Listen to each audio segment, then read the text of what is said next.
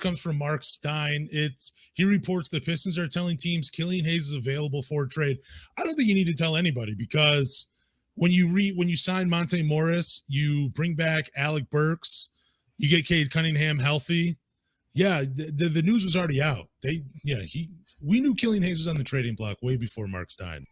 I don't know what Killian Hayes gets you in a trade market. We've talked about this to exhaustion. I hate picking on the kid, man. I really do, but it's just thing to do. Come on.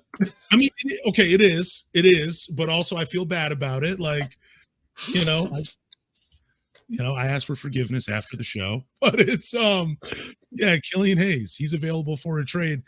It was funny. I see a lot of people like tagging Mark Cuban after those highlights of Killian. What was it, drilling a 3 or a mid-range jumper to tie the game or put him up by 3 or something like that against the Dallas Mavericks?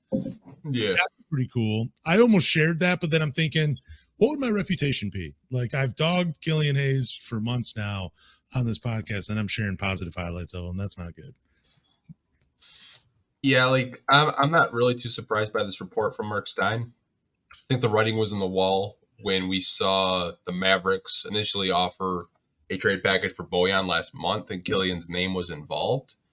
I know we've talked about it ad nauseum. Do you see one more move for the Detroit Pistons? And I think that one more move is to trade Killian Hayes to open up some cap space. Maybe it's a salary dump. Maybe you just match salary with a guy that's making similar money to Killian Hayes to maybe you get more depth at the wing position. I don't know, but I think the writing is kind of on the wall with the Pistons, especially drafting Sasser, because I think Sasser can play either point guard or shooting guard. I think he's just that good of a player. But I'm not really too surprised that the Pistons are telling teams like, hey, if you want to trade for him, he is available. Yeah, I think there is one more trade, and I think it does involve Killian Hayes, but I just don't know who you trade him to, because I think Dallas is a perfect situation for him because he would be playing off of Luka. I feel like there would be an opportunity for him to grow as a player. And I've said it before. I don't think his calling card is as a point guard in the NBA, because there's not enough consistency in his offensive game for him to really do that. But if he could focus on his defense and, focus playing off the ball, and that doesn't mean you have to be a good shooter. We've seen guys make a career out of they're not great consistent shooters, but they get after it defensively. That is something I could see Killian Hayes doing, potentially, is just really trying to get after it defensively on another team while making strong, kind of like how Bruce Brown was before he developed a three-point shot.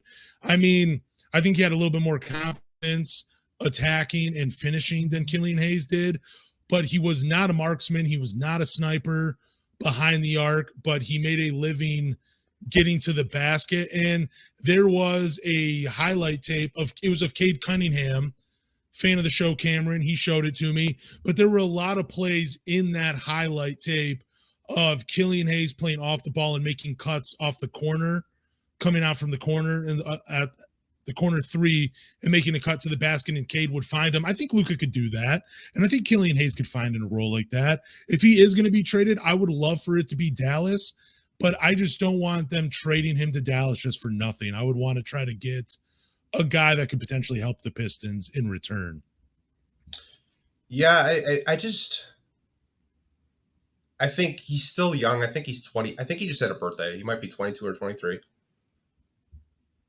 My only thing is, you traded for Monte Morris. Cade Cunningham's going to be your point guard. We both could agree there. Yeah.